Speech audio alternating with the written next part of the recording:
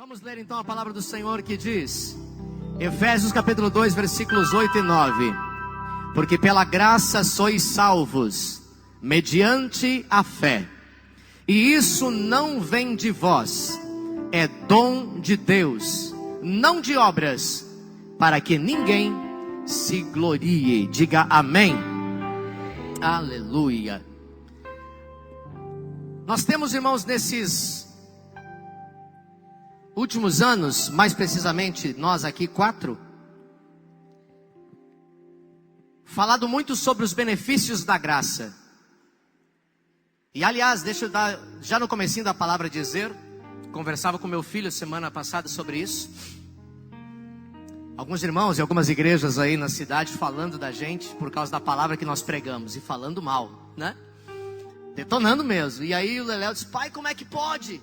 Eu disse para ele: fique muito tranquilo quanto a isso, porque o evangelho da graça pregado vai causar realmente perseguição. Se você quiser falar sobre o evangelho da graça e viver o evangelho da graça, é lógico que você vai ser perseguido. Mas uma coisa é certa, você tem convicção de que você está no caminho certo, diga aleluia. E nós temos falado então sobre a graça, e por definição, graça é favor imerecido. O que é a graça?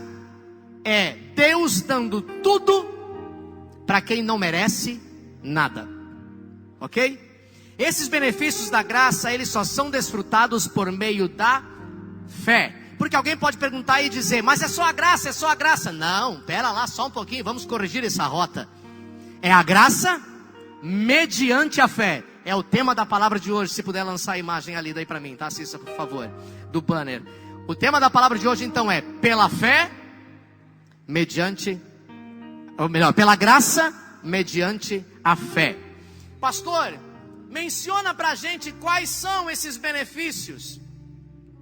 Perdão, justificação, paz, alegria, enchimento com o Espírito Santo, saúde, prosperidade, portas abertas, relacionamentos, seu casamento, sua família, sua casa, e por aí vai, tantos outros benefícios que tem. Por quê? Como nós já cantamos antecipadamente, tudo o que Jesus conquistou na cruz é direito nosso, e nós somos filhos, e como os filhos nós temos uma herança. Diga herança.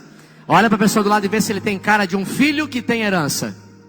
Aleluia, eu creio que sim, né? Muito bem. A parte de Deus é dar, mas a nossa parte é apropriar-nos, ok? A graça, ela se torna ineficaz se não houver fé da nossa parte. Porque tem pessoas que dizem: mas eu não entendo esse negócio da graça, porque acontece para uns, mas não acontece para mim. Acontece para uns, mas não acontece para outros. Sabe o que pode ser que esteja faltando aí?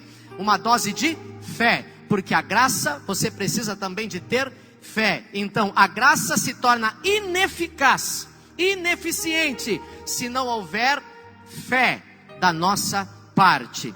Uma das perguntas que mais nós ouvimos é: o que eu preciso fazer, pastor, para receber as bênçãos de Deus?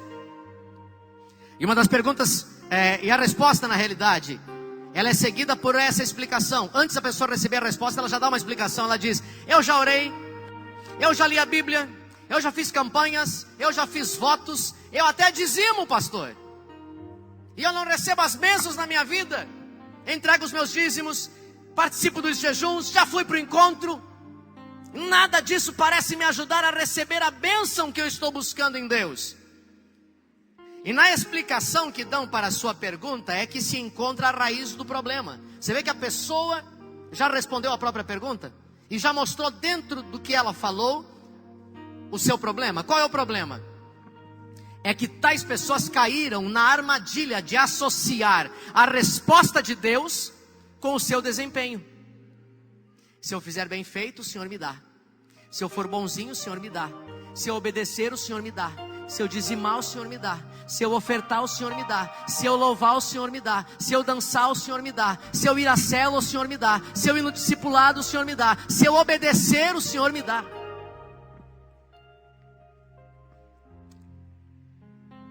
Ei, essas pessoas não compreenderam corretamente a relação entre a graça e a fé. A graça só é acessada por meio da fé. Repita comigo: a graça é acessada por meio da fé. Tem uma ilustração para contar para você, preste bem atenção. Você imagine que alguém tem depositado mensalmente uma boa quantia de dinheiro em seu nome na sua conta bancária. E todos os meses, diga aleluia por isso, e todos os meses você recebe em casa um comprovante de depósito. E por vezes o extrato também lhe mostra o valor. Ó, tem gente que já está até recebendo aí, ó. No final, Cissa, pode colocar minha conta ali para os irmãos também, tá? Que eu quero receber também, aleluia. E aí você percebe que aquela quantia, que pela quantia depositada todos os meses na sua conta, você já está milionário. Você já tem muito dinheiro lá. Só que, apesar de você ter tanto dinheiro no seu nome, você não pode desfrutar de nenhum centavo. Por quê? Porque você não tem acesso àquele banco. E também não tem acesso àquela conta. Pensa que doido isso. Alguém aqui é noveleiro? Não levanta a mão, irmão, senão todo mundo vai cair em ti. Mas eu tive meus tempos de novela. E eu me lembro de uma novela chamada Tieta. Alguém é desse tempo? Só do tempo, irmão, não precisa ter assistido a novela. Sei que você vai ficar com vergonha de levantar a mão. Aí eu lembro que tinha um personagem chamado Zé Esteves. Alguém lembra? Ó, como mais gente assistiu. O Zé Esteves guardava o dinheiro no colchão. O desgramado do Zé Esteves morreu. A Tieta foi lá e furou de faca o colchão. O dinheiro não valia mais nada. Guardou tanto para não valer nada. Pensa um negócio desse, né? Mas enfim, não é disso que eu estou falando. Estou falando que essa pessoa, você, não tem acesso ao banco e nem à conta, apesar de você ser milionário. E agora você está enfrentando, passando por dificuldades financeiras e vivendo até mais ou menos como se você fosse pobre. E de repente você percebe que a sua riqueza, você tem consciência dessa riqueza, mas você não tem a senha para poder desfrutar daquilo que libertaria você dessa escravidão de dívidas, desse problema financeiro que tanto te aflige. E aí você percebe que há uma riqueza depositada na sua vida por intermédio de Jesus Cristo. Todavia, ainda não é participante dela. Isso é a graça sem fé. Você tem uma enorme riqueza a você disponível, porém você não consegue acessar essa riqueza pelo fato de não ter fé. Olha para o mandado e pergunta para ele: entendeu, crente? E esses irmãos então, eles são sabedores de todo o favor que tem, toda a graça que tem disponível para eles. Contudo, não conseguem absorver ou fazer uso dessa tão abundante conta corrente celestial. E aí o Senhor me faz lembrar então do texto de 1 João capítulo 4, versículo 16, que diz assim: e nós conhecemos e cremos no amor que Deus tem por nós. De repente, a resposta à pergunta tão intrigante se abriu diante de mim. E aí eu comecei a perceber que o problema é que não basta conhecermos sobre a graça e o favor de Deus sobre nós. Não adianta só conhecer. Esses dias chegaram para mim e disseram: pastor, mas tem uma igreja aí que agora está pregando as palavras Ctrl+C, Ctrl+V do pastor Aloysio. Eles entenderam a graça. Não é que entenderam a graça, é que simplesmente estão falando sobre ela. Olha para o mandado e diga para ele: tem diferença em falar sobre ela e viver ela. Estão apenas falando sobre a graça, estão apenas falando sobre o favor de Deus. Mas aqui em João, nós precisamos entender que ele diz o quê? E nós conhecemos, e nós cremos nesse amor, nesse favor que Deus tem por nós. Ok? Então você não precisa só saber sobre a graça, você precisa crer nessa verdade da graça de Deus. Então, segundo João capítulo 4, versículo 16, o conhecimento e a fé, eles andam de mãos dadas. Diga, você precisa ter conhecimento e precisa ter fé. É de suma importância ter conhecimento de todo o favor de Deus. Por isso que às vezes a pessoa fica perguntando: pastor, mas aquele irmão está debaixo do favor, eu não estou debaixo do favor. É porque você não está exercendo a fé. Porque o favor está disponível, é a conta bancária que está recebendo grana a todo momento. Porém você está sem a senha para acessá-lo. A senha, a chave é a fé. Diga, a chave é a fé. Diga, a chave é a fé.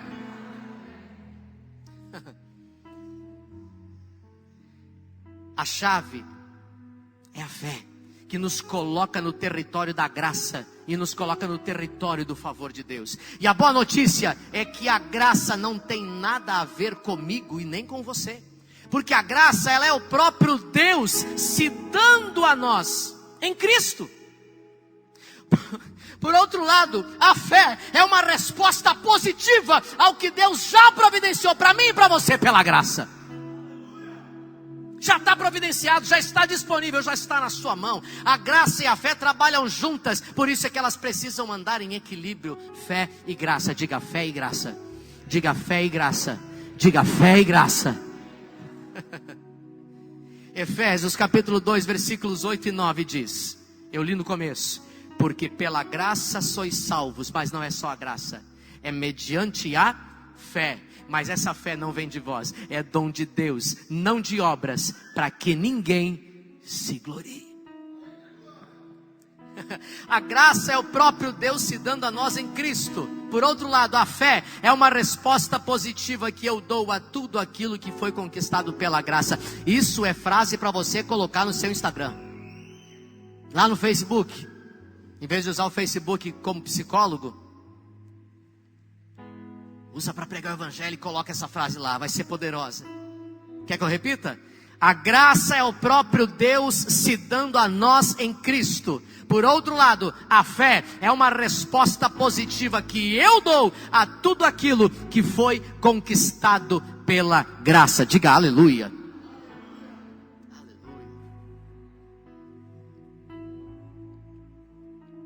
Nesse versículo de Efésios capítulo 2, versículo 8 e 9, há uma verdade profunda que está sendo declarada aqui. Ela diz que somos salvos pela graça através, mediante a fé. Então não é só pela graça e nem só pela fé. Então pense nisso da seguinte maneira: a graça é o que Deus faz, a fé é o que nós fazemos como resposta. Qual tem sido a sua resposta sobre a graça? Mediante a fé que você tem ou que está precisando levantar, ressuscitar, reaver, reafirmar. Ok, pastor, eu estou convicto que é pela graça mediante a fé. Mas como ter fé? Pastor, como que eu aplico a minha fé na prática? O tamanho da fé influencia naquilo que eu vou receber. Eu pequei, posso ter fé?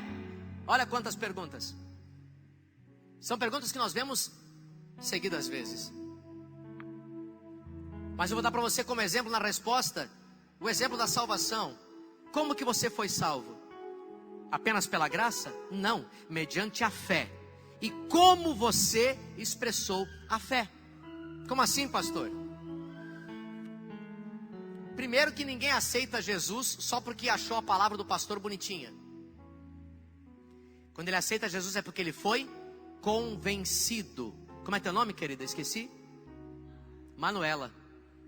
Domingo passado aqui a Manuela entregou-se para Jesus.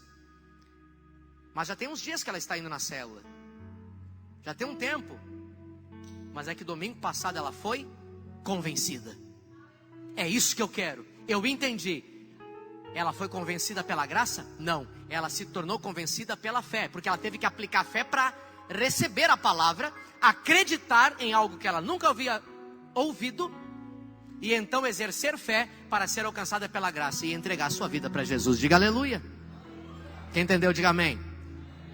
Como, pastor? Então, que eu aceito Jesus expressando fé. Simples, Romanos capítulo 10, versículo 9 e 10 diz: se com a tua boca, não é com a boca dos outros. Por isso que eu disse para ela, você vai fazer uma oração comigo para que todo mundo ouça. Lembra disso, irmã?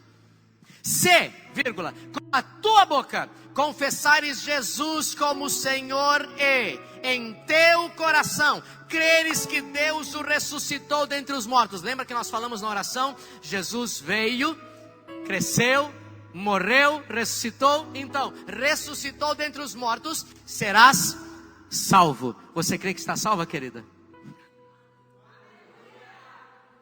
Mas eu nem batizei ainda, pastor. Batismo é só um cumprimento para testemunho. O Senhor já alcançou ela com a salvação. Diga aleluia. Se Jesus vier hoje, vai de braço dado comigo para o céu. Quantos vão para o céu aqui? Diga aleluia. Ué, tem umas mãos que não levantou, fiquei preocupado agora. Porque com o coração se crê para a justiça, e com a boca se confessa a respeito da salvação. Diga aleluia. Observe então o princípio da fala na salvação. Essa é a minha primeira experiência com a graça, porque ela foi ativada no momento que eu e você falamos. Então não adianta você dizer para mim que você tem fé se não fala. Não, pastor, é que a minha oração vai ser em espírito. E não abre a boca e não fala. A fé é ativada pela fala. Por isso, tem até um livro do pastor Francisco Vasco, que eu comprei lá em Curitiba. Tem por título: A Fé Tem Uma Voz. A fé somente pode se apropriar daquilo que Deus já lhe deu pela graça. Mas você precisa falar. Quem entendeu, diga amém. Por que é importante ter fé? Porque a palavra de Deus diz que sem fé é impossível agradar a Deus. E aquele que crê atrai a atenção do Senhor sobre si. Existem algumas coisas que atraem a atenção de Deus, mas nada atrai mais a Deus do que a fé. Me dá sol. Tem gente que pensa que atrair ao Senhor é com rogos, implorando que Ele lhe enxergue.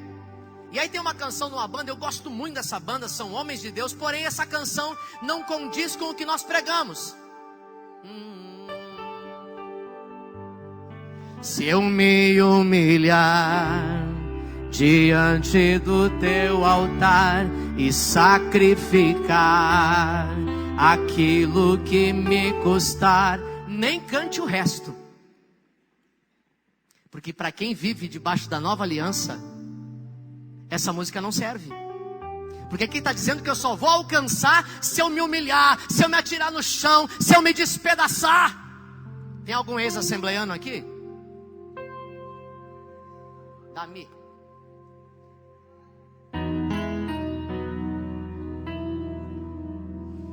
Olha essa. Essa era de se atirar no chão e achar, pedir um bueiro, irmão, para se jogar dentro. Não, dá sol para ficar mais alto para mim. Eu gosto de gritar. Minha não dá para gritar, fica baixo. Quer vitória? Vai chorando, geme, chora. Pelo amor de Deus, irmão, nunca mais cante isso, por favor. Amém. Já pensou que tribulação? Quer vitória, irmão? Ah, tu quer vitória, né? Você tem que gemer, irmão. Boca no pó, joelho no chão, jejum, oração, senão Deus não te ouve. Aleluia. Faz assim ainda. No meu tempo eu fazia também essas coisas assim, era uma loucura. Você dava cada susto nos irmãos que era uma doideira. Você estava sentado quietinho, daqui a pouco já saía. O irmão já pensava: o que é isso, meu pai? Isso não tem nada a ver com fé e graça. Ah, pastor, mas então não posso mais ouvir. Essa música em específico não, mas eu gosto. Matos Nascimento é um homem de Deus. Mas essa música não dá para cantar de acordo com a nova aliança. Disco Praise também, mas não dá para cantar aquela ali de acordo com a nova aliança. Está fora, está errado. Não é o que nós pregamos. Como que nós atraímos a atenção de Deus? Pergunta para mim como, pastor? Pergunta direito, senão eu não respondo. Através da fé. É a fé que atrai os olhos do Senhor para você. Simplesmente isso. Não é você se humilhar, não é você andar se batendo, se chicoteando, andando de joelhos, subindo escada com a zorrague batendo nas costas, não. É só a fé. Diga é a fé. Diga é a fé. E diga: a fé tem uma voz.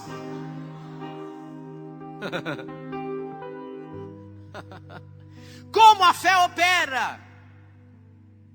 Primeiro, a fé opera por meio das palavras. A primeira coisa que nós precisamos saber sobre fé é que ela opera por meio das nossas palavras. 2 Coríntios, projeta para mim por favor, Cissa, capítulo 4, versículos 13, 14 e 15. Está ali, vamos ler? Todo mundo junto, uníssono e respeitando a pontuação. 1, 2, 3. Vamos começar de novo? Lembra que eu falei que é pela palavra? Mas é pela palavra, irmão. Tendo, porém, o mesmo espírito da fé. Não vai conseguir nada. Vou ensinar você a primeira vez, depois você copia. Tendo, porém, O mesmo espírito da fé, como está escrito, eu criei, por isso é que falei. Também nós cremos, por isso também falamos. Vamos de novo? Volta para mim, Cícero, porque agora o povo vai ler assim de uma maneira poderosa e vai ser tão alto que até o capeta vai ficar endemoniado no inferno. 1, 2, 3.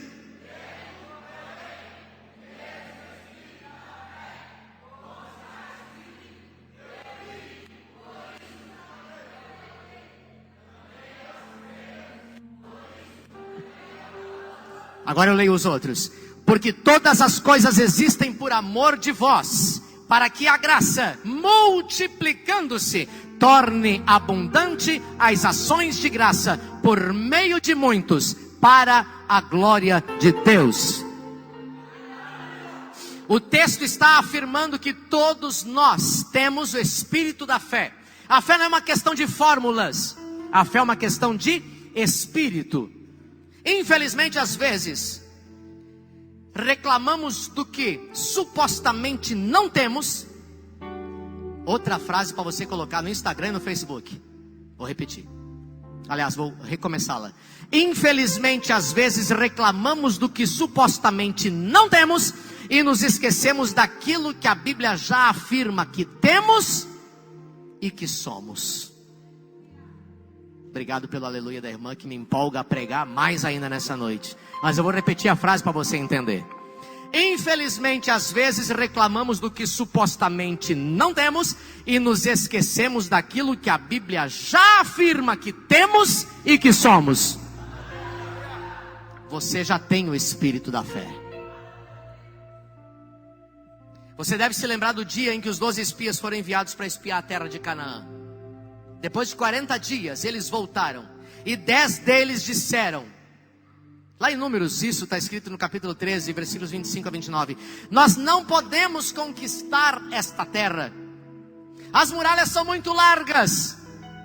Lá tem os filhos de Anak, os gigantes são muito altos. E nós somos muito pequenos. Você percebe que 10 dos 12 espias vieram e trouxeram um relatório completamente desanimador para o povo. Não dá, nós passamos os dias lá e vimos como é que é o negócio. A terra é linda, é bem verdade que tudo que se planta dá. Olha, só para você ter uma ideia, as romãs que lá existem precisam ser carregadas por 2 homens. Um cacho de uva tem que ser carregado por 2 pessoas. Tudo que planta dá, o negócio é fenomenal, é lindo demais. Porém, o problema sempre é depois do porém. O problema sempre é depois do ponto e vírgula. Você fica só com a última parte, não fica com a primeira. É a mesma coisa eu dizer do...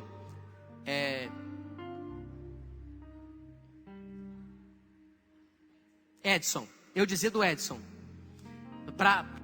Vou dizer do Edson pro Thiago. Não, Thiago, o Edson, pá, cara, aquele cara é o seguinte, velho. Ele é fera, cara, um cara muito querido. Mas... aí eu digo mais alguma coisinha no final, o Thiago vai ficar só com o que eu disser depois do mas. O antes, ele esqueceu tudo. E aí o povo desanimou, os 10 espias desanimaram o povo dizendo, mas tem gigantes, mas as muralhas são muito altas, não tem como conquistarmos a terra. Porém, no versículo 30, a Bíblia diz que tinha um camarada lá chamado Caleb. Diga Caleb. Diga Caleb. Hoje você vai encontrar Calebes aqui nesse lugar. E se de repente você não encontrar, você pode dizer, eu sou Caleb. Caleb ficou de pé e fez o povo calar a boca. Tem uma hora que você precisa fazer a pessoa que está falando com você calar a boca. Porque é tão desanimador o que ela fala com você, o que ela vem conversar com você, que você tem que dizer para ela, ei, cala a boca em nome de Jesus. Você sabe por que Zacarias ficou mudo? Porque estava falando bobagem. Aí ficou mudo. Até a gente usava lá no Rio Grande do Sul dizer, né? Qualquer coisa que o irmão falava errado, a gente dizia, cala a boca, Zacarias. Porque Zacarias teve que calar a boca, ele ficou mudo. E só conseguiu abrir a boca de novo quando ele glorificou o nome do Senhor, dando o nome do Filho.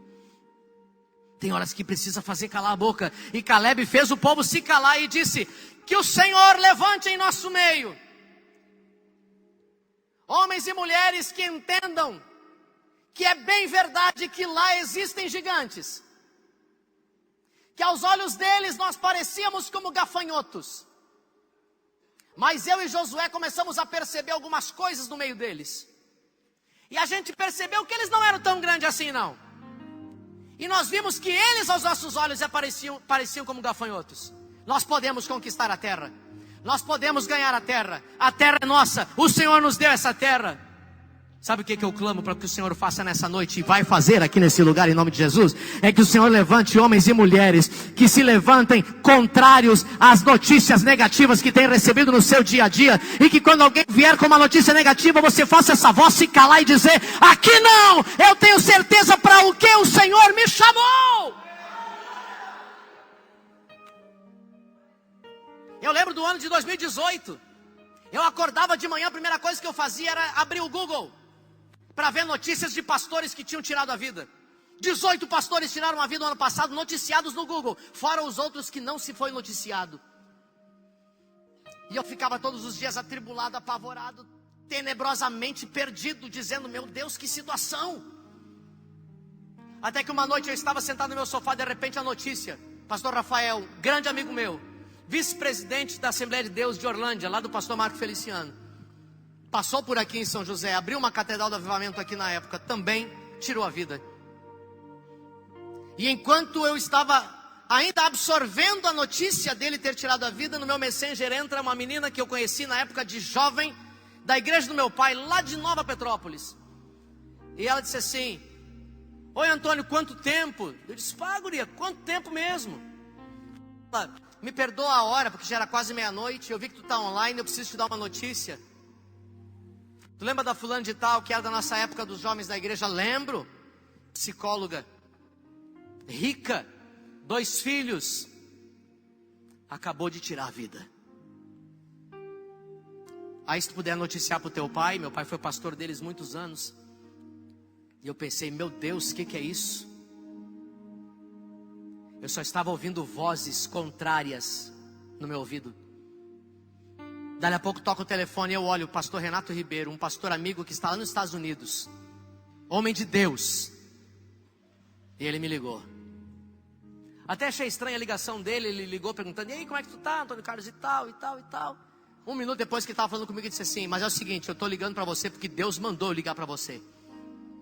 E Deus mandou eu ligar para você e dizer para você que é para silenciar todas as vozes que estão falando no teu ouvido, porque o Senhor te levantou por profeta nessa nação. Não ouça o que o diabo está dizendo para você.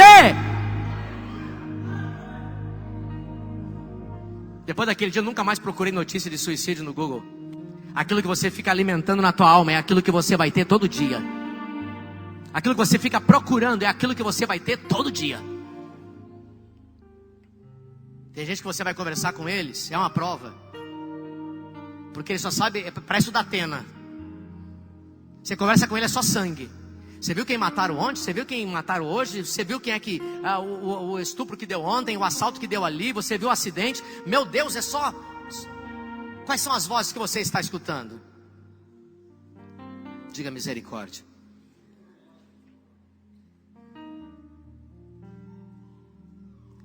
Eu lembro de alguns anos atrás a pastora Márcia se levantar poderosamente contra a ideologia de gênero nas nossas escolas.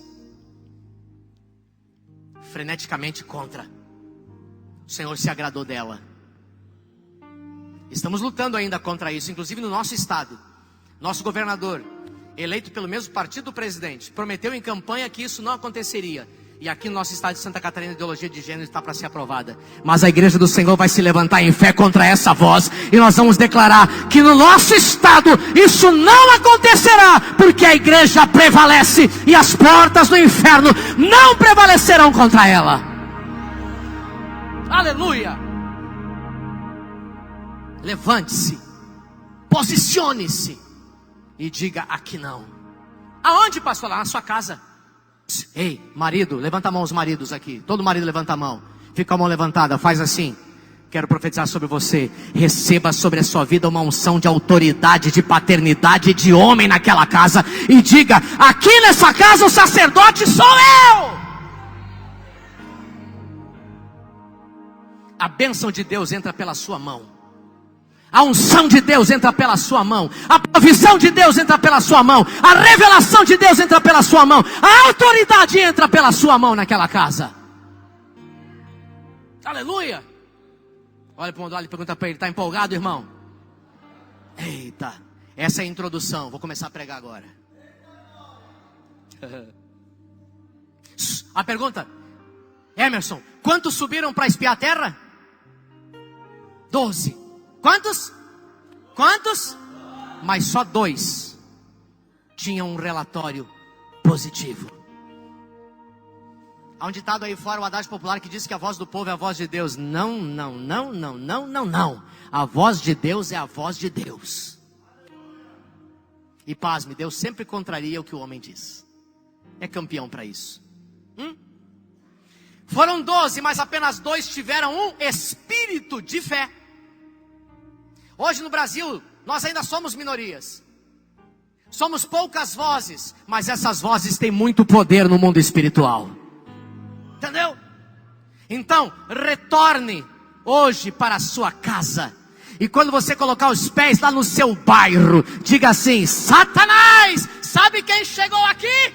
Alguém que tem um espírito de fé. Tu me respeita e saia dessa localidade, em nome de Jesus. Tem autoridade. Aleluia, aleluia, aleluia. Declare aquilo que você quer ver. Então somente não sejais rebeldes contra o Senhor, lá em Números 14:9, e não temais o povo desta terra, porquanto nós vamos devorá-los como pão, porque se retirou deles o amparo, e o Senhor está conosco, não os temais. Quando Deus está contigo, querido, o que é gigante? Nada. O que é muro de concreto? Nada. Os muros de Jericó eram tão largos que era uma estrada no muro, passava 2 carruagens indo e vindo, era uma estrada de 2 mãos. Veio abaixo, e o povo não deu uma martelada sequer no muro, o povo só gritou. Olha para o lado, diga para ele, isso é autoridade. Diga para ele, isso é autoridade. Diga para ele, eu vejo essa autoridade em você. Diga para ele, eu vejo essa autoridade em você. Toda a nação acreditou nos 10 espias. E sabe o que aconteceu com eles por causa disso? Todos morreram no deserto. Acreditaram nos 10, não acreditaram nos 2. Mas a respeito de Caleb, o Senhor disse que nele havia um espírito diferente. O que havia nele? Qual espírito era esse, pastor? O espírito de fé. Diga, espírito de fé. Que o Senhor possa olhar para mim e para você e dizer de nós: ei, aquele meu servo tem um espírito de fé.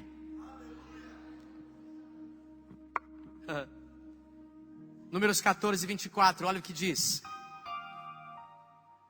Porém o meu servo Caleb, visto que nele houve outro espírito. Qual era o espírito que estava nos outros 10? De desânimo, de confusão, de medo, covardia. Mas nele havia outro espírito, perseverou em seguir-me, eu o farei entrar à terra que espiou, e a sua descendência possuirá. Diga aleluia. Agora bata no peito e diga, eu sou Caleb.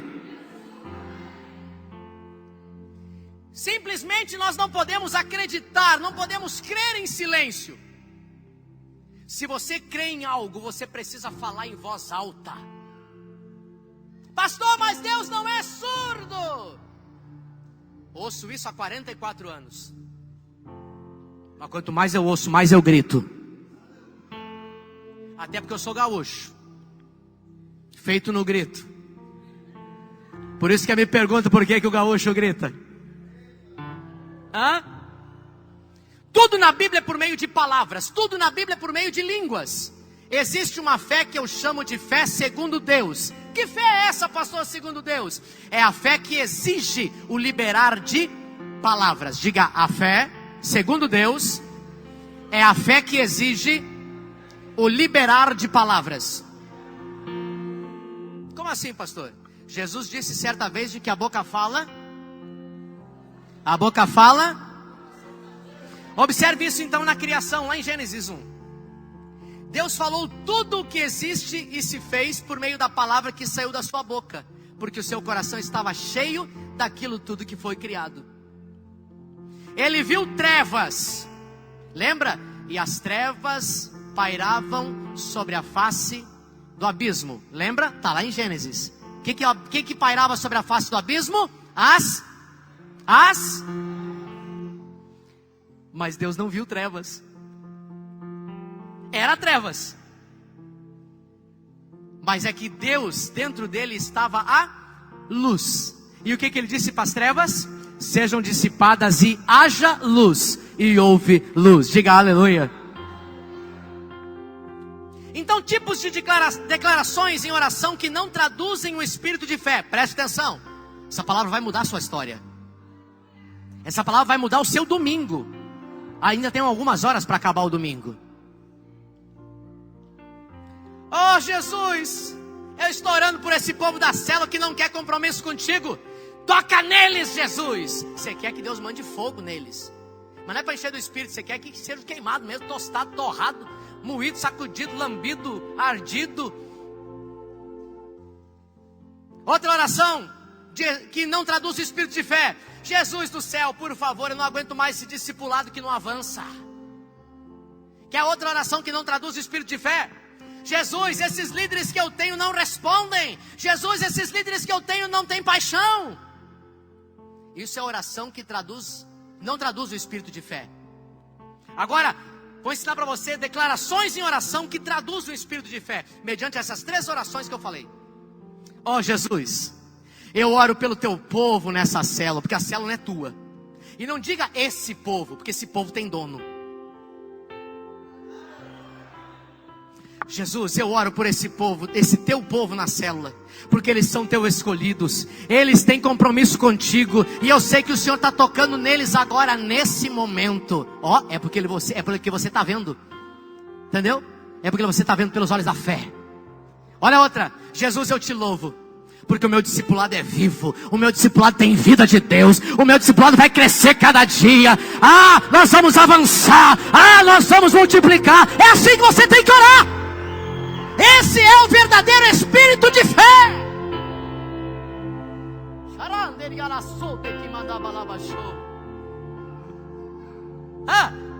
A última oração diante de Jesus, esses líderes que eu tenho não respondem. Agora com o espírito de fé você ora assim: Paizinho amado, eu te louvo por esses teus líderes que tu me presenteaste, porque eu nem merecia. E eu sei, Senhor, que eles vão dar a resposta certa ao chamamento da obra do Senhor, e vai ser uma verdadeira bênção, aleluia! O problema é que você fica declarando aquilo que os seus olhos naturais estão vendo. Não dá, não tem, não pode, não consigo, não avança. Certa vez eu lembro como se fosse hoje, muitos anos atrás, nem tantos também, eu estou casado há 25, mas era na minha época de solteiro. Quando eu ia namorar minha esposa, eu não podia dormir na casa dela. Aliás, é uma boa dica, né? Para noivos, cortes, não dormir na casa da moça. Então eu não dormia na casa dela, tinha que dormir na casa de um tio dela. E um dia o tio e a tia dela, que hoje são meus tios também, me levando então no carro, nós passamos por um mendigo na rua.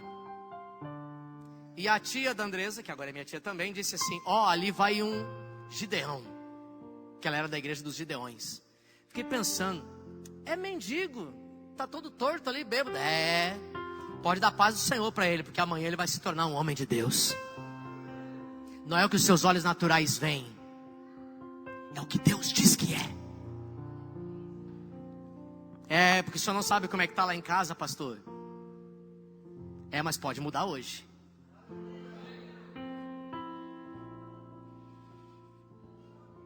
Pode mudar hoje. Pode reverter completamente hoje. E amanhã você pode acordar cantando o hino da vitória. E ainda contar plenos pulmões para todo mundo que numa noite de domingo o Senhor mudou por completo a tua história. Xaralabaçu. Declare o que você quer ver e não o que você está vendo. Declare o que você quer ver sobre o seu marido. Declare o que você quer ver sobre a sua esposa. Declare o que você quer ver sobre os seus filhos. Declare o que você quer ver sobre o seu líder. Declare o que você quer ver sobre o seu liderado. Declare o que você quer ver sobre o seu pastor. Declare o que você quer ver sobre o seu patrão. Declare o que você quer ver sobre o seu trabalho. Declare o que você quer ver sobre o seu negócio. Declare o que você quer ver sobre as suas finanças. Declare o que você quer ver sobre a sua casa. Não é o que está vendo, é o que você quer ver.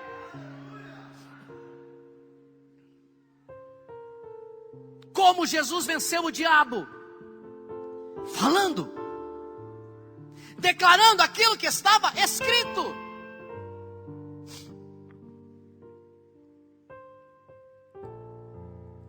Uma palavra de conhecimento para você. Enquanto hoje eu preparava a palavra, o Senhor colocou algumas coisas no meu coração. Eu quero liberar aqui a primeira para você. O Senhor me disse que nós temos aqui alguns irmãos e outros que não estão aqui hoje, que estão sofrendo o maior ataque espiritual das suas vidas. E esse ataque, sabe onde é que é? Na sua mente.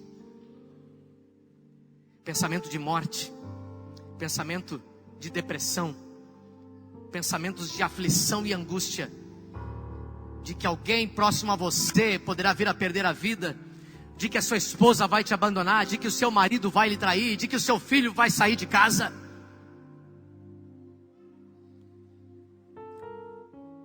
Sabe o que eu li esses dias? Os cientistas dizem que os nervos que controlam a fala humana, eles subjugam todos os outros nervos do corpo.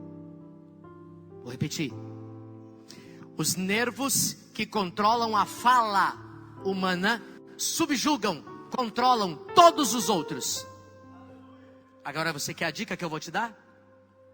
Use a sua boca para interromper esses pensamentos, porque a fé fala, a fé tem uma voz. Como assim, pastor? Vou fazer uma dinâmica com você agora. Você vai precisar me ajudar. É a dinâmica do 1, 2, 3. Alguém conhece a dinâmica do 1, 2, 3? Não, né? Então tá. Na sua mente, sem precisar falar, só na sua mente você vai contar de 1 a 50, ok? Quando eu disser 1, 2, 3, você começa a contar de 1 a 50, sem falar, ok? 1, 2, mas todo mundo tem que me ajudar. Se alguém não fizer, vai ficar ruim, tá bom? 1, 2, 3, comece a contar.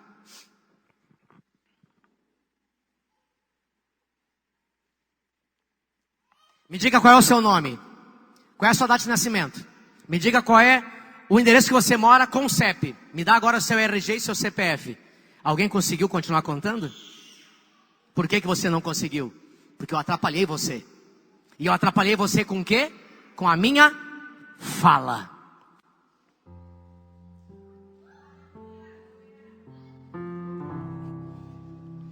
Pensamento de luta? Atrapalhe ele com a fé. Fale. Declare. Simplesmente assim. Declare. Declare. A contagem parou. Por quê? Porque eu falei. No momento seu pensamento foi interrompido. Então interrompa os pensamentos negativos de luta, de morte, de depressão, de ansiedade, de discórdia, de tristeza, de retrocesso. Como, pastor? Falando.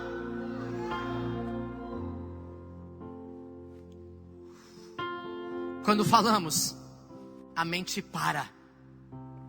Por quê? Porque a sua fala controla a sua mente. Jesus, ele vivia no mundo natural, mas ele não era controlado pelas ações e nem pelas decisões naturais. Ele vivia na dimensão do sobrenatural, acima do natural. Observe a maneira como Jesus operava em relação à fé. João capítulo 11, versículos 1 a 4. Diz: estava enfermo Lázaro de Betânia, da aldeia de Maria e de sua irmã Marta. Esta Maria, cujo irmão Lázaro estava enfermo, era a mesma que ungiu com bálsamo o Senhor e lhe enxugou os pés com os seus cabelos. Mandaram, pois, as irmãs de Lázaro dizer a Jesus: Senhor, está enfermo aquele a quem amas. Ao receber a notícia, disse Jesus: esta enfermidade não é para a morte, e sim para a glória de Deus, a fim de que o Filho de Deus seja por ele glorificado. Diga aleluia. Antes de deixar a notícia penetrar no coração e na mente, Jesus já liberou uma palavra. Da boca de Deus é liberada a palavra criativa. Da boca de Deus é liberada palavras gerativas e não de destruição. Ao receber a notícia, Jesus já disse o quê? Não é para a morte, é para glorificar o nome de Deus. Isso aconteceu também com o cego de Jericó. Se você for ver, diz assim, lá em Lucas capítulo 19. Presta atenção. Aconteceu o quê? Ao aproximar-se ele de Jericó, estava um cego assentado à beira do caminho, pedindo esmolas. E, ouvindo o tropel da multidão que passava, perguntou o que era aquilo. Anunciaram-lhe que passava Jesus, o Nazareno. Então ele clamou: Jesus, filho de Davi, tem compaixão de mim. E os que iam na frente o repreendiam para que se calasse. Ele, porém, cada vez gritava mais: Filho de Davi, tem misericórdia de mim. Então Jesus parou. O que Jesus fez? O que Jesus fez? O que Jesus fez? Sabe o que Jesus está fazendo hoje nesse lugar? Ele está olhando para você. Ele está dizendo assim: João, eu paro agora para você. O que queres que eu te faça? O Senhor está parando para você hoje aqui, assim como Ele parou para aquele homem. Jesus parou e mandou que lhe o trouxessem. E tendo ele chegado, perguntou-lhe: que queres que eu te faça? Respondeu ele: quero tomar um milkshake. É isso? Quero jogar bolita com os vizinhos. Eu imagino que ele deve ter pensado: ô Jesus, tu só pode estar pneu da cabeça, né? Eu sou cego, tchê. Eu quero ver. Pergunta mais tola. Jesus quer que você diga integralmente aquilo que você precisa. Sabe por quê? Porque hoje esse Jesus parou na sua frente e está pedindo para você: ei, o que você quer que eu faça? Porque eu vou fazer hoje, se você pedir para Ele.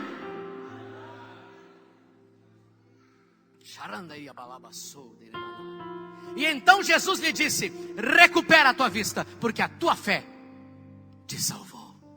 Então eu te pergunto nessa noite: qual foi o momento que ele ativou a fé? Quando ele disse o que ele queria. O que queres que eu te faça? Eu quero ver. Ele falou.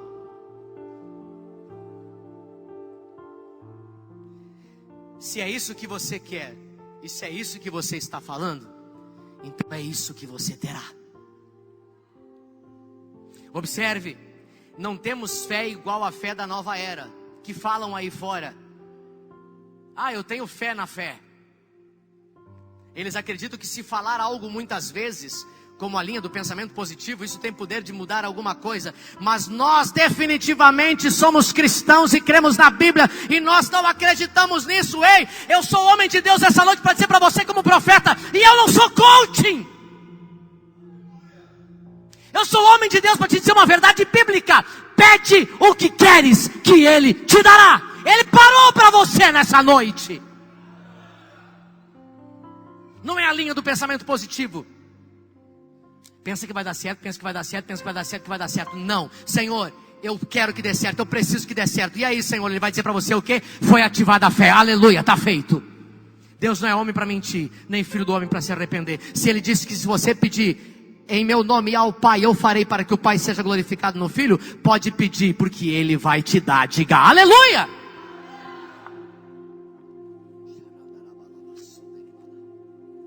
Nós temos fé naquilo que já é verdade. O que é verdade, pastor? Nós cremos na obra consumada. Essa é a fé que nos move. Nada muda. Segundo item: troque a sua lente. Troque o seu óculos. Você que usa óculos, você que usa lente, troque a lente. Você que não usa lente nem óculos, troque os olhos. 2 Coríntios capítulo 5, versículo 7 diz: visto que andamos por fé e não pelo que vemos. Uma das coisas que mais influencia de forma negativa a nossa fé é aquilo que nós vemos. Quantos de nós não ficamos desanimados quando nós estamos orando por algo e parece que ao invés de melhorar, piora? A fé é ter convicção de coisas boas, mesmo que eu não esteja vendo nada daquilo que eu estou declarando. O versículo mais apaixonante da Bíblia para mim, e eu falo há 4 anos para os palhocenses aqui nesse lugar, está no capítulo 11, versículo 1 de Hebreus. Ora, vírgula, a fé, vírgula, é o firme fundamento das coisas que se esperam e a prova das coisas que não se veem. Fé. Mesmo que você não esteja vendo, você precisa acreditar e conhecer a natureza de quem falou. A palavra mencionada aqui, convicção dos fatos que não se veem, ela pode ser traduzida por garantia. Diga, garantia. Por exemplo, quando você compra alguma coisa na loja e você pede ao vendedor, você pede para o vendedor ou para a empresa a garantia? Para a empresa, o vendedor está vendendo para você. Então, você, por exemplo, compra algo pela internet, ou quando você vai numa loja, ao final da compra, o que eles fazem? Eles emitem para você uma nota fiscal. Amém ou não amém? Você sai dali apenas com um papel. Você comprou uma geladeira, mas você não está levando a geladeira para casa. Você está levando apenas um papel. E será que alguém fica questionando quanto à garantia de que você vai receber essa geladeira em casa? Você acorda de manhã, você dorme a noite inteira, você vai para o banheiro, você não perde aquele papel de jeito nenhum pensando, será que vai trazer a geladeira? Será que não vai trazer a geladeira? Quando a geladeira vai chegar, será que vai vir a geladeira? Eu acho que não vai vir a geladeira. Será que eu comprei uma geladeira de verdade? Você fica questionando isso? Não, você comprou a geladeira e você fica aguardando a geladeira. Porque na verdade a sua confiança está na índole daquela empresa. Então você vai para casa, você já limpa o lugar onde você vai colocar a geladeira e fica esperando chegar a sua geladeira. Sabe o que é isso? Fé. A geladeira nem está ali ainda, você está esperando ela chegar, mas já limpou o lugar para colocar ela. Diga aleluia. A experiência da fé implica em esperar, mas só espera quem conhece a natureza de quem falou. Olha a frase para você colocar de novo no Instagram. Engraçado que eu falo, mas o povo não põe. Tem que começar a colocar lá, irmão. Eu sigo todos vocês. Segue eu lá também, viu? PR_ Antônio Carlos Fernandes. Quem é que já me segue aí? Levanta a mão. Você que não segue, por que você não me segue, irmão? Você está contra mim?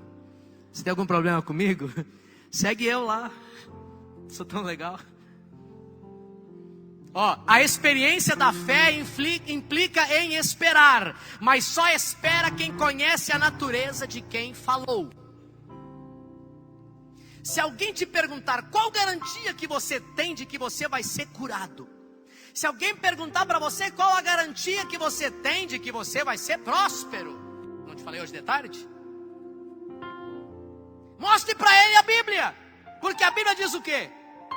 Que o Senhor responderá. E eu confio no caráter de quem falou. Deus não é homem para mentir, nem filho do homem para se arrepender. Se Ele falou, eu confio no caráter dele. Logo eu estou esperando e tenho fé.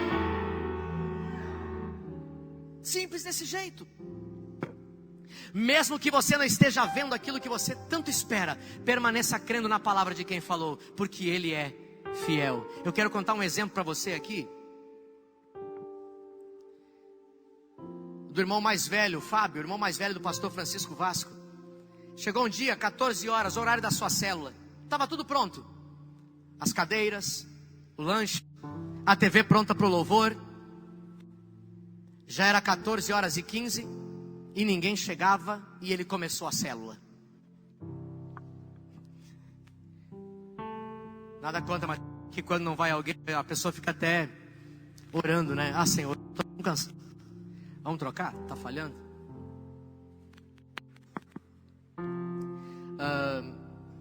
Hoje acho que não vai vir ninguém, Senhor, então vamos orar para que não tenha célula. Ele começou a célula 2h15, ninguém. Aí ele, amém, irmãos? A graça e a paz do Senhor Jesus, meus irmãos, amém? Sozinho. E começou a declarar a palavra. Depois que ele declarou a palavra, ele começou a louvar ao Senhor. Depois de ele louvar o Senhor, ele disse, agora vamos compartilhar a palavra. E o pastor Francisco Vasco, ele era muito garoto, estava com a mãe dele na cozinha. E aí ele disse para a mãe dele, mãe, vamos lá na célula, a gente é da família, a gente é trutra. Vamos junto lá pelo menos para ter mais 2. Mas ele disse que não entendeu o porquê. Pelo Espírito eles foram impedidos. Eles não conseguiram atravessar a porta da cozinha para a sala, para ir na célula. E o Fábio ficou sozinho fazendo a célula. E agora chegou o momento de compartilhar a palavra. Obrigado. Chegou o momento de compartilhar a palavra. E ele compartilhou a palavra. Depois de compartilhar a palavra sozinho, chegou o momento de orar pelas necessidades. Cadeira da bênção. Estavam todas as cadeiras vazias. E ele se ajoelhou na frente de cada uma das cadeiras. E ele orava numa cadeira e dizia: aqui vai sentar um homem que se tornará um homem de Deus, poderoso. Aqui vai sentar uma mulher que o Senhor vai mudar a sua vida por completo, vai ser poderosa. E assim ele fez em todas as cadeiras. Naquele dia não foi ninguém. Mas naquele mesmo ano, ele multiplicou a sua célula, porque ele já tinha 17 pessoas na sua célula. Daquelas 17 pessoas, um deles é irmão do pastor Wendell Clayton, de Caldas Novas. Hoje é pastor da Videira, lá nos Estados Unidos. Uma das mulheres que sentou naquela cadeira é missionária na África, casou com um missionário africano e está na Videira lá. E outro já está no seminário pastoral para ser pastor agora. Olha o que Deus fez através da fé. Olha para o irmão e diga para ele: mesmo que não exista nada, ore como se existisse, porque o Senhor vai fazer. Diga aleluia. Então fale o que você quiser ver, mas rejeite o que você está vendo. O Fábio orou pelas cadeiras vazias em uma célula no dia que não apareceu ninguém. Porque a vida é feita de escolhas. Qual é a minha escolha? Crer. A minha escolha é crer. Diga aleluia. Terceiro item. Estou quase caminhando para o final. Aguenta, irmão. Tem muita bênção boa para você hoje. Você vai sair daqui hoje subindo um poste de 30 metros. E vai testemunhar. Aleluia. O justo consegue ter fé. Gálatas capítulo 3, versículo 11 diz: e é evidente que, pela lei, ninguém é justificado diante de Deus, porque o justo viverá pela... O justo viverá pela... Alguns não conseguem aplicar isso na prática. Alguém me procurou esses dias e disse: pastor, eu não sou justo. E eu logo retruquei a pergunta dele dizendo: não é verdade, você é a justiça de Deus em Cristo. E aí ele dizia: pastor, mas eu não vejo isso em mim por causa das minhas atitudes. Queridos, bota uma coisa na sua cabeça: nós somos da fé. Nós não andamos pelo que nós vemos. E os da fé estão firmados naquilo que eles creem. Repita comigo: eu fui feito justiça de Deus em Cristo. E o justo pode ter fé. Diga: eu sou justo. Diga: eu sou justo. Quando eu estou declarando essas verdades, sabe o que eu estou fazendo? Eu estou exaltando a obra da cruz. Jesus não vai vir de novo à terra para morrer. Ele já fez o sacrifício. Eu só preciso exaltá-lo pelo que ele fez. As pessoas são muito preocupadas ainda com o pecado. Faz bem até entender sobre o pecado, para não viver a vida de pecado. Faz bem entender que o pecado é maléfico. Faz bem entender que o pecado traz consequências. Mas na nova aliança, o que nos afasta do favor de Deus não é o pecado. O que nos afasta do favor de Deus é a incredulidade. Porque o pecado você pede perdão, está perdoado. A incredulidade você está atingindo o trono de Deus. Atingindo o trono de Deus, você está atingindo o caráter dele. E o caráter de Deus é santo. Diga amém. Hebreus capítulo 3, versículo 12 diz: tende cuidado, irmãos, jamais aconteça haver em qualquer de vós perverso coração de incredulidade, que vos afaste do Deus vivo. Vê que o versículo não fala nem de uma vida de pecaminosidade, fala de uma vida de incredulidade. Todos os milagres do Senhor foram feitos exclusivamente pela fé. Em nenhum momento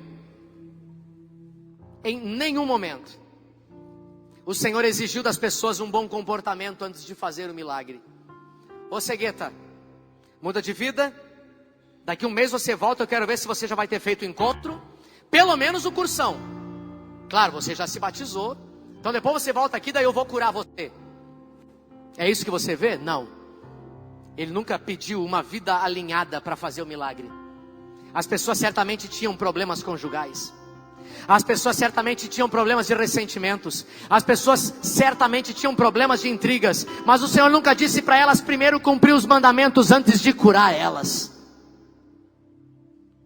Lá em Mateus capítulo 15, versículo 28, o Senhor falou a mesma coisa para aquela mulher Ciro-fenícia.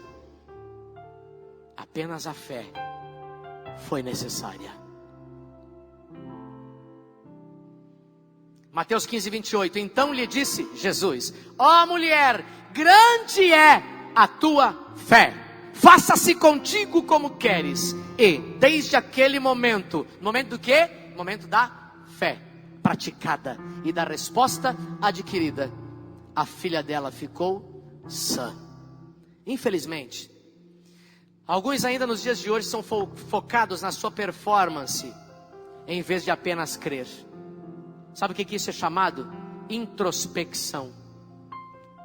E muito aí fora se diz: olha para dentro de você, reconheça-se a si mesmo, veja o quão miserável que você é, veja o quão pecador que você é. Querido, tem gente que se olhar para dentro de si na introspecção se mata. Mas o Senhor não olha como você vê. Isso é chamado de introspecção. Introspecção é uma das maiores ladras da fé. É fato de que quando nós olhamos para o que nós temos feito, cada vez menos fé nós vamos ter. Aliás, deixa eu perguntar, mas não precisa responder. Você nunca se pegou dizendo: acho que eu não sou um bom líder mesmo, minha célula não avança. Eu acho que eu não sou um bom pai mesmo, lá em casa está tudo torto. Acho que eu não sou um bom administrador, porque, meu Deus do céu, eu não consigo avançar. Aí você fica nessa, e a sua fé vai se esvaindo pelos dedos. Daqui a pouco você não crê mais em nada, porque você fica olhando-se como introspecção. Mas quando nós entendemos que a nossa justiça é pela fé, espontaneamente nós nos colocamos na posição de receber as bênçãos de Deus. Não é por causa de você, mas é pelo que tem dentro de você. Quarto, o tamanho ou a perfeição da minha fé está ligado com aquilo que eu vou receber? Eu termino falando desse último tópico, que para alguns se torna um problema por falta de compreensão. Às vezes nós fazemos uma relação natural das coisas, porque a gente acredita que precisamos ter uma fé extraordinária para Deus poder realizar algumas coisas grandes na nossa vida. E ficamos pensando: não, mas é que na vida daquele acontecem essas coisas miraculosas, porque a fé dele é muito maior do que a minha fé. Logo para mim só acontecem coisas pequenininhas, porque a minha fé é muito pequenininha. É bem verdade que a Bíblia nos relata grandes homens, ou homens que tiveram grande fé. E é comum nós desejarmos ter uma fé grandiosa. Eu já preguei aqui sobre que você precisa ter um nível de fé para derrotar um urso, precisa ter um outro nível de fé para derrotar o gigante, o leão, e precisa ter um outro nível de fé para derrotar o gigante, verdade? Mas quantos de nós, por exemplo, não gostaríamos de ter a fé que o centurião romano tinha? Quantos de nós não gostaríamos de ouvir do Senhor Jesus o que aquele homem ouviu? O que aquele homem ouviu? Ele ouviu o Senhor dizer lá em Mateus 8:10. O Senhor, quando ouviu ele, admirou-se e disse aos que o seguiam: em verdade eu vos afirmo que nem mesmo no meio do meu povo em Israel eu encontrei uma fé igual a essa. Você já pensou o Senhor poder olhar para você hoje, nesse domingo, depois que nós saímos desse lugar, e você pedir algo para o Senhor, e o Senhor olhar para você e dizer: nem em Israel eu encontrei uma fé como essa, eu estou agradado de ti, e eu vou conceder o propósito do teu coração. Aleluia!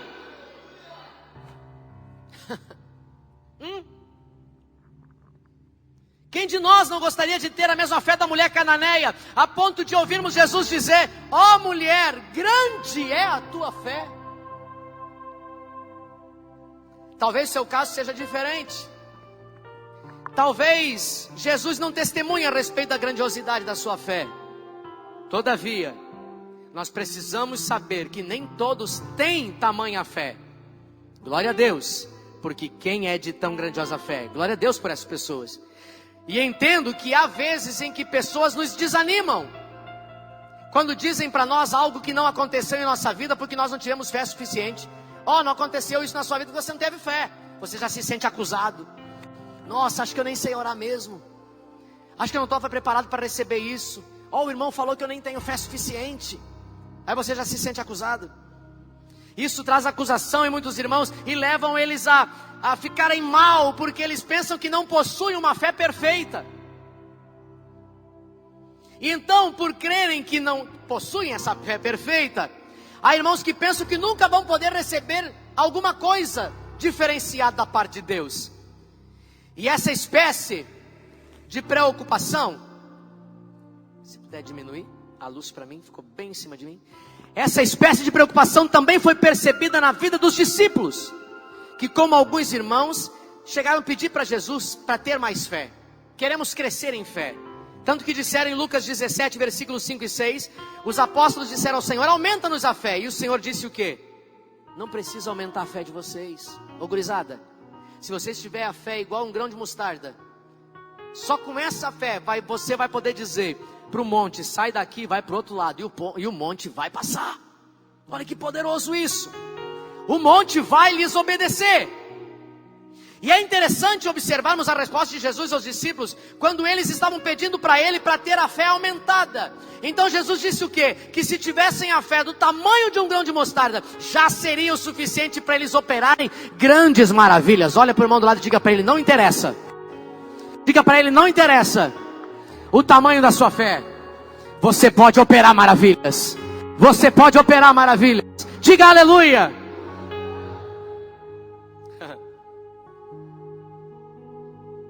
Jesus não disse que não deveriam crescer em fé, mas ele disse que o tamanho da fé não é o fator determinante para o Senhor agir em favor dos seus. Obviamente nós precisamos crescer em fé, mas precisamos entender que mesmo que a sua fé seja imperfeita, ela não é empecilho para a graça de Deus se manifestar na sua vida.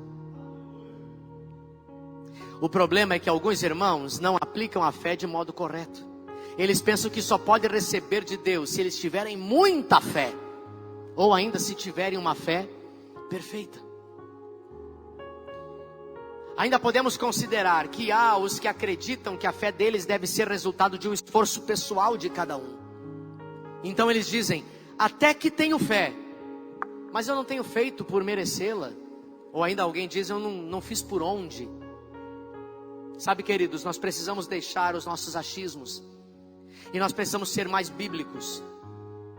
Tem que deixar de ser mais você e ser mais bíblico. Voltar-se para a palavra de Deus e se fundamentar na verdade que a Bíblia diz lá em Romanos capítulo 1, versículo 17, que a justiça de Deus se revela no Evangelho, de fé em fé, como está escrito, o justo viverá pela fé. Precisamos ter a fé evangélica, precisamos ter a fé do Evangelho. Como assim? Fica de pé. Louvor pode subir. A fé do Evangelho é crer que recebemos tudo dele. Só não se movimente, escute ainda.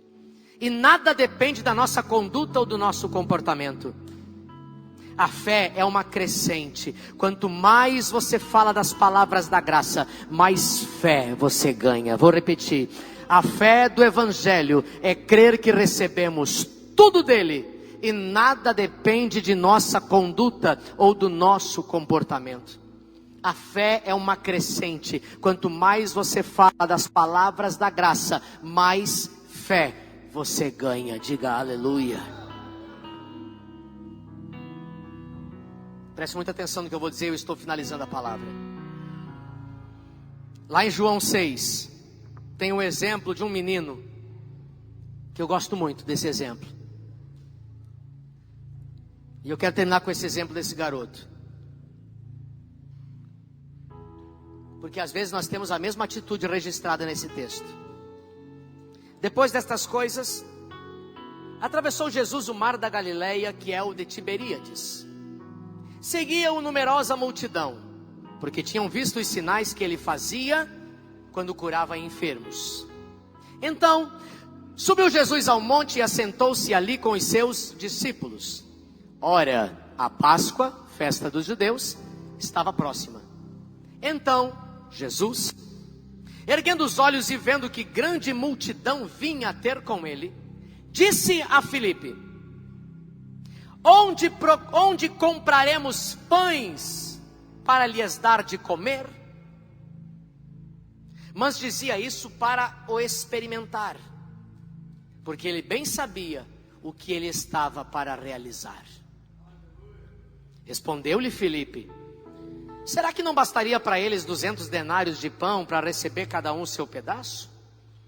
Um dos seus discípulos, chamado André, irmão de Simão Pedro, informou a Jesus: olha, aqui tem um rapazinho, ele tem 5 pães de cevada e 2 peixinhos. Mas o que é isso para tanta gente? Como quem diz, não dá nem para a cova do dente. Escute isso. Estamos sempre falando muito do que queremos e reclamando muito mais da quantidade daquilo que nós já temos. Mais uma para você botar no Instagram. Estamos sempre falando muito do que queremos e reclamando muito mais da quantidade daquilo que nós já temos. Mas deixa eu te dizer uma coisa importante hoje aqui. As suas necessidades sempre serão maiores do que aquilo que você possui. E sabe por que isso acontece? Para que quando o milagre acontecer, todos à sua volta vão poder dizer: isso não é obra de homem, isso é obra de Deus. Pastor, é impossível meu filho sair da cadeia. Para Deus não é. E a hora que sair de lá vão dizer: isso não é obra de homem, é obra de Deus. Pastor, o senhor não sabe, é impossível meu filho largar das drogas. Não é impossível não, sabe por quê? O milagre vai ser poderoso para que possam dizer: isso não é obra de homem, isso é obra de Deus. A situação da Lívia não era para ela estar aqui. Era para esse casal estar vivendo os piores dias da vida deles, se é que um dos dois ou os dois ainda estivessem vivos. Tamanha seria a tragédia e o desespero.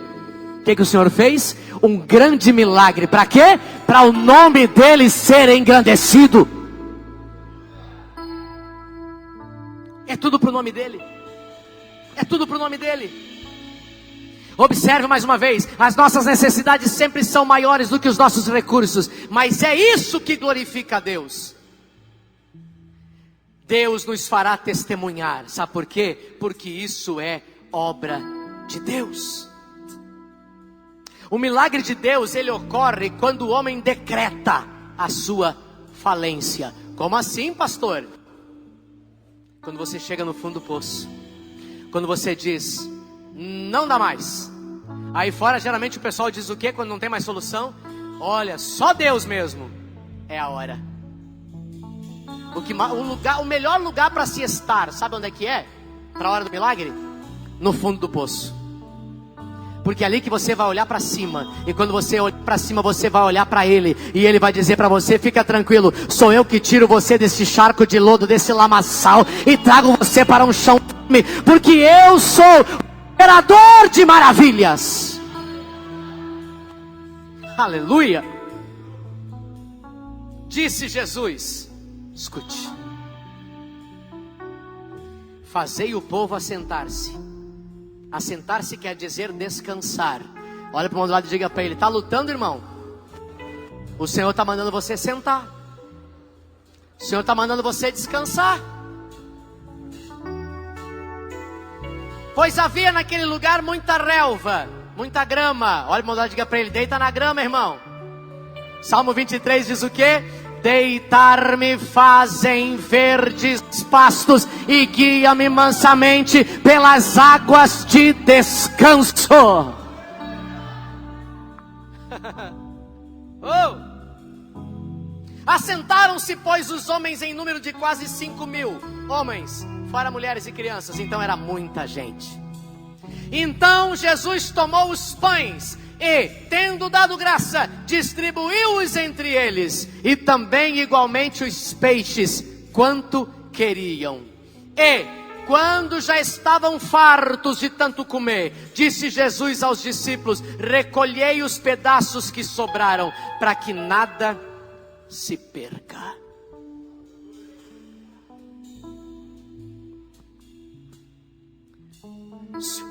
Escute isso, porque agora você vai pirar. O pão de cevada estava nas mãos de um garoto. Diga, pão de cevada. Quantos garotos nós temos aqui hoje? Adolescentes e jovens, radicais livres. Só 2, 3? 4? Vou perguntar de novo, porque eu acho que eles não estão me ouvindo. Quantos garotos e jovens nós temos aqui hoje? Quantos garotos e jovens nós temos aqui hoje? Quantas garotas e jovens nós temos aqui hoje? Quem não levantou a mão é velho?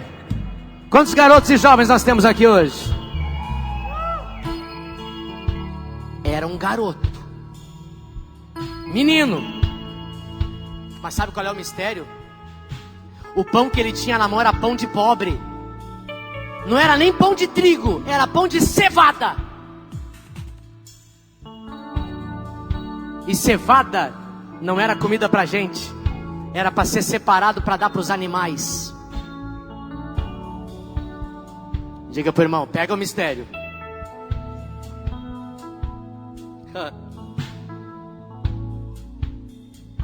O Senhor vai pegar o que tem na tua mão hoje, e com o que você tem na tua mão hoje, Ele vai realizar milagre na sua vida. Pastor, não tem nada, então Ele vai realizar milagre do nada.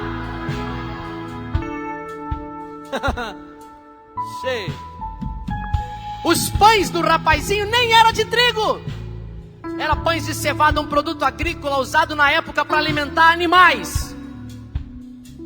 E esse era o pão mais barato, era o pão dos pobres. Os peixes eram muito pequeninhos, porque cabia para ser colocado dentro do pão. Mas isso não foi empecilho para Deus usar aquela situação. Não importa o que você tem nas suas mãos, o Senhor vai usar o que você tem nas suas mãos hoje. Olha para as suas mãos, o que tem nelas?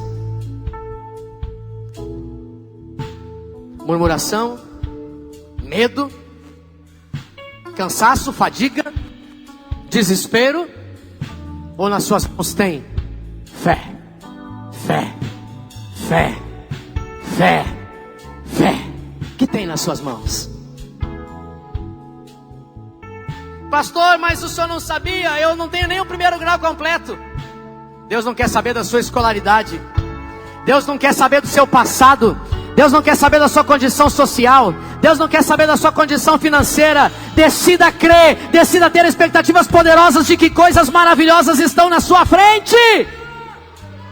Pastor, mas eu não sou qualificado. Ei, deixa eu dizer uma coisa para você. Você que se acha não qualificado, você está na mira de Deus para ser usado por Ele. Ele está de olho em você.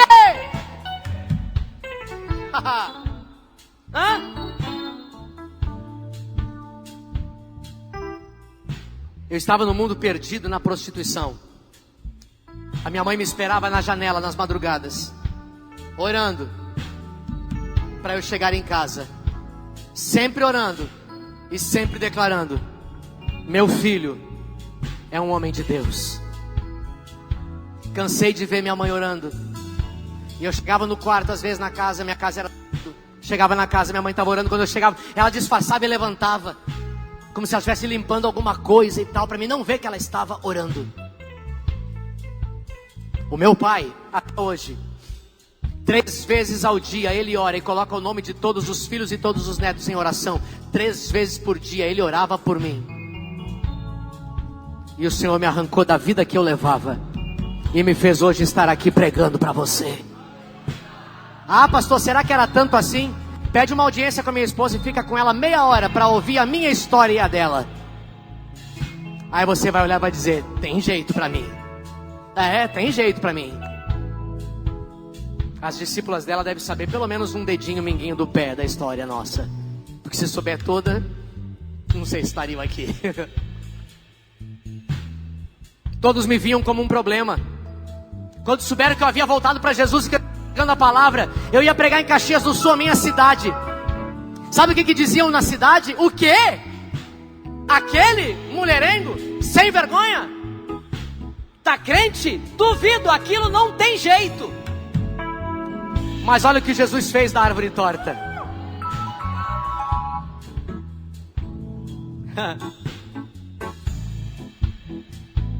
Eu estava com meu casamento por um fio 23 anos atrás. Por mim já estava destruído. Mas a minha sogra dizia para minha esposa: você não se casou com esse Antônio que está aí. Você se casou com um homem de Deus. Aguenta firme, eu vou te ajudar em oração. A minha sogra morreu, mas olha o que Jesus fez. Mas deixa eu dar notícia melhor para ti. Ela viu antes o homem de Deus que eu me tornei. O que você quer ver? O que você quer ver? Você vai falar daquilo que você quer ver. Feche seus olhos, levante sua mão. Feche seus olhos. Eu não vou convidar você para vir à frente agora. Esse convite agora é para você falar aquilo que você quer ver. E você não vai dizer baixinho, você vai gritar mesmo para todo mundo ouvir. E você vai dizer aquilo que você quer na sua casa, aquilo que você quer ver na sua esposa, aquilo que você quer ver no seu esposo, aquilo que você quer ver nos seus filhos, aquilo que você quer ver na sua célula, aquilo que você quer ver no seu discipulado, aquilo que você quer ver na sua igreja, aquilo que você quer ver no seu trabalho. Declare ao Senhor agora, levante a sua voz e declare. Você tem 3 minutos para isso. Declare aquilo que você quer ver. Agora, declare aquilo que você vê. Pela fé, declare o nome, declare a situação, declare o dia, declare a hora, declare qual é o trabalho que você quer, declare o aumento que você quer, declare a posição que você quer, declare como que você quer a sua célula, declare como que você quer seu discipulado, declare como que você quer a sua igreja, declare!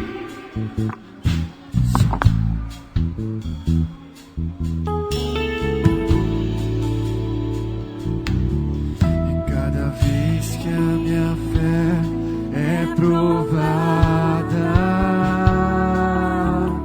tu me das a chance de crescer. Só eles cantam, você ora.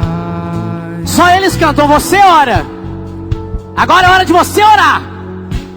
Declare aquilo que você quer ver. Hoje é dia de casamentos restaurados, casas restauradas, esposo restaurado, esposa restaurada, filhos restaurados, células avançando, discipulado multiplicando, igreja crescendo, trabalho renovado. Hoje é dia de vitória. Declare aquilo que você quer ver. Agora, por fé, declare.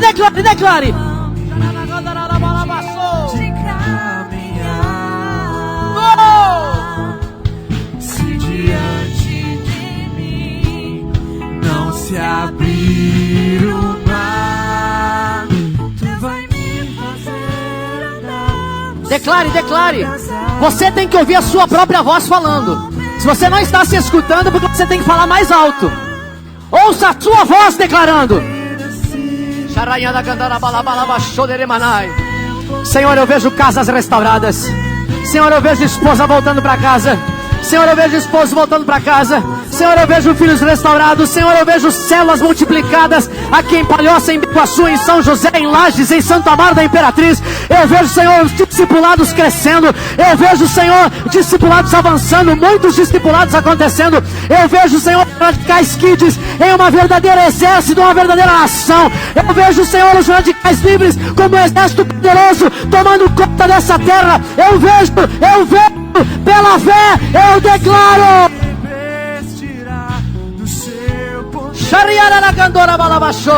Declare. Com ousadia mover o sobrenatural. Declare o que você quer.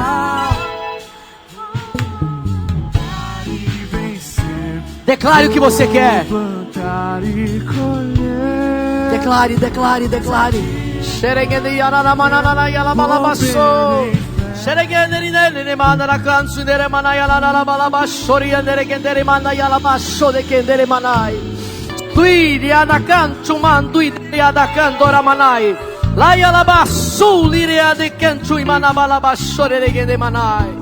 Oh! Já orou? Já orou? Já orou? Então declare comigo. Levante sua mão bem alto. Dedo indicador apontado para cima, porque agora você vai profetizar sobre você. Após mim você repete em alto e bom som. Eu quero ver esse lugar estremecer. Você vai dizer assim: eu creio no sobrenatural da parte de Deus sobre a minha vida, porque tudo é possível ao que crê, e para as suas promessas eu tenho o sim e o amém. Por isso não haverá impossíveis para todas as promessas de Deus em minha vida. Eu descanso no Senhor, sabendo que Ele fará cada uma das suas promessas se cumprirem na minha vida. Aleluia! Oh, oh,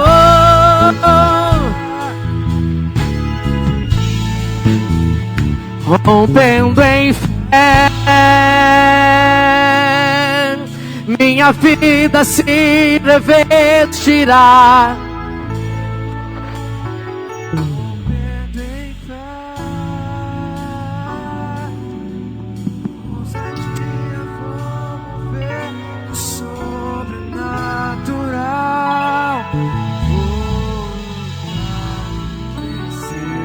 Vou plantar e colher.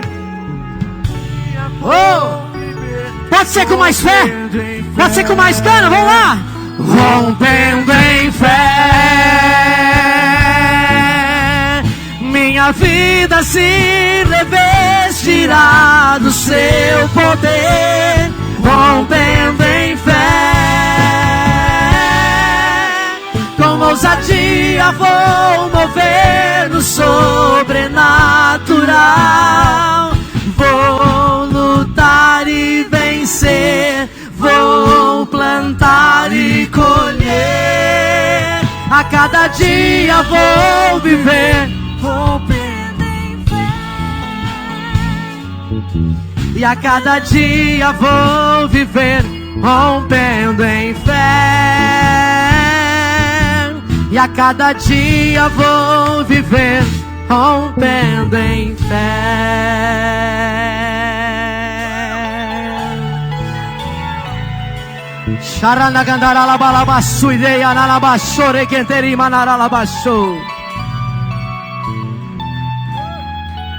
Quantos profetas de Deus nós temos aqui? Então olha para a pessoa do seu lado, coloca a mão no ombro dela e diga para ela: é hoje. Diga para ela: é hoje. Diga para ela: você vai testemunhar que pela fé você venceu. Aleluia! Aleluia! Oh!